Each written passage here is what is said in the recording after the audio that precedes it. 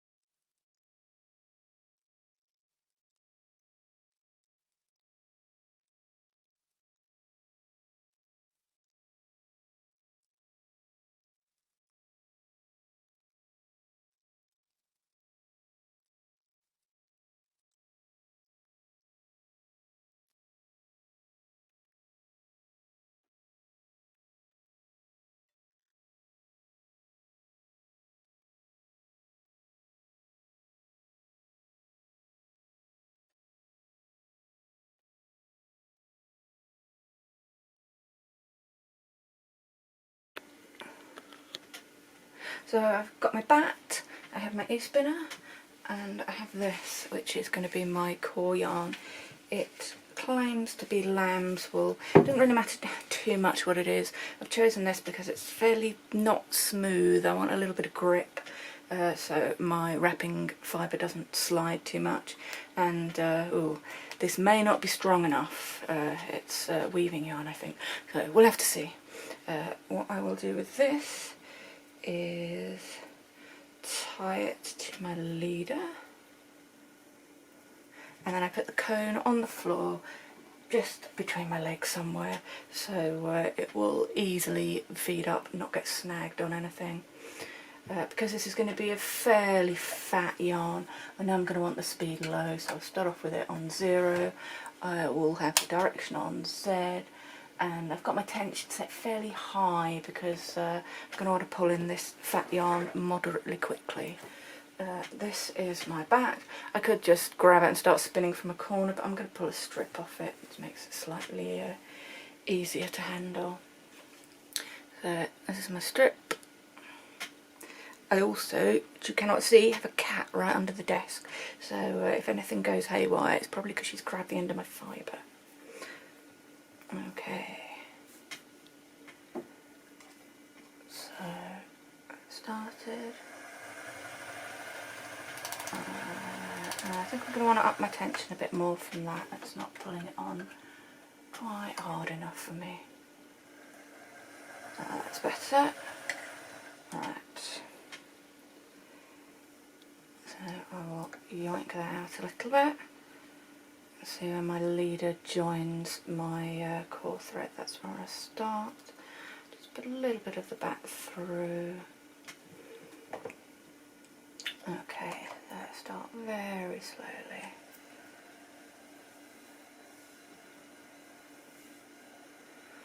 That's all there is to it. I'm holding both yarns, both things in my left hand, and oh, I've still got the orifice reducer on. That's not going to go very well. I'm trying to fit massive yarn through such a tiny hole. And it's actually working, it's going on admirably, but I'm going to take it off because it's just silly. So I've broken my core yarn, then taken that off. And because the core yarn's covered, it really doesn't matter if it's got knots in it, you will never see them. I'm losing some of the twist I put in, but it doesn't matter, it'll go back.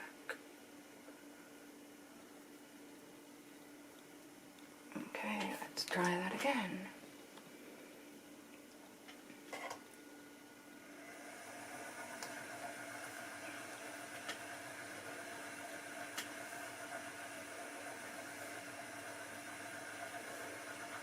I still want a little bit more take up, I think, because it's a very chunky yarn.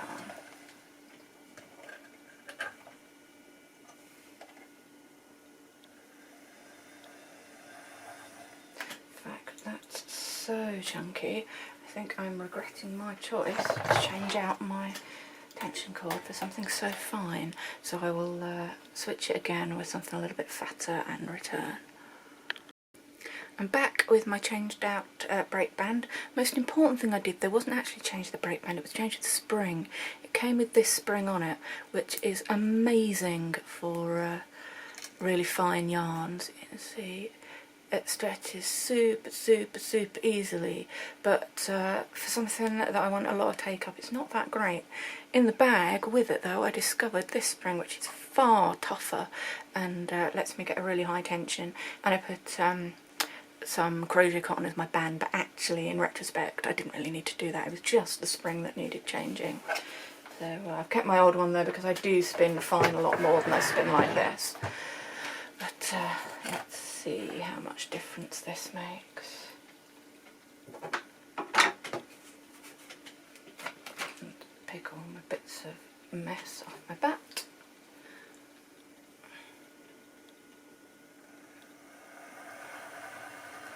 Okay, that's taken up far more easily, it's a little bit quick.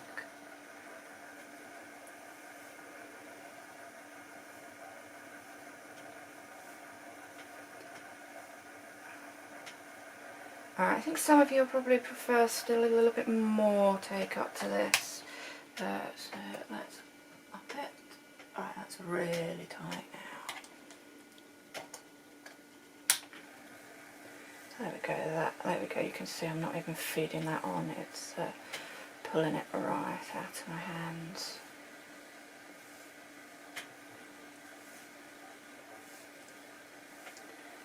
And I'm trying to keep this corespun quite chunky. I do tend to do all my spinning on the fine side, but stuff like this for weaving is nice when it's fat.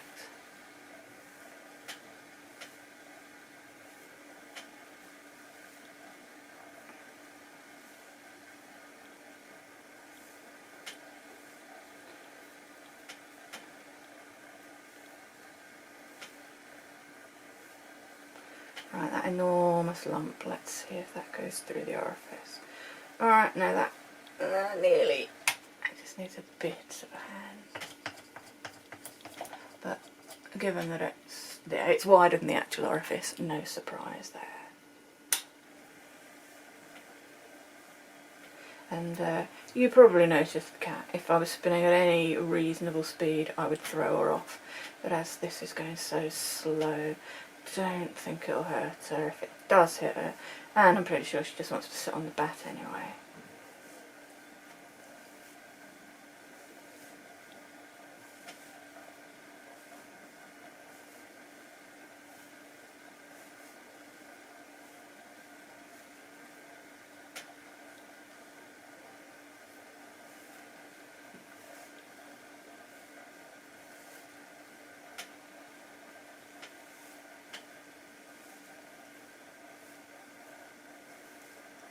Alright, so we are hitting up. Oh no, it went through. I thought I was going to say we're hitting the limits of what it'll take up with some of these lumpy bits, but actually not. They're going through fine.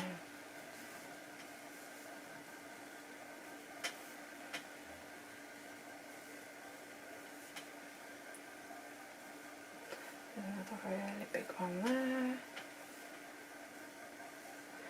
I'm going to help that one through so I can stop it and zoom in on my hands so you can see what I'm doing a little bit better.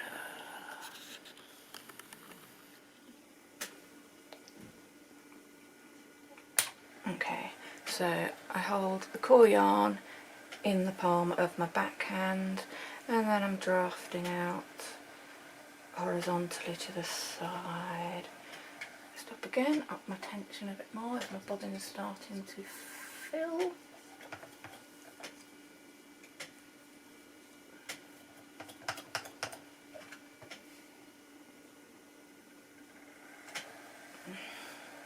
Drafting out to the side, letting it wrap on, drafting out, letting it wrap, drafting out, letting it wrap. And if you can see I've missed a bit there, slide it up, it'll cover it.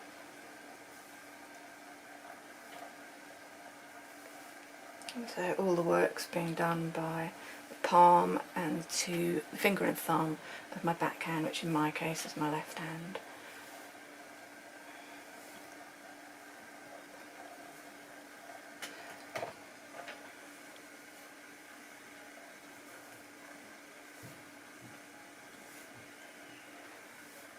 Okay, thank you very much for watching and bye bye. You can see here the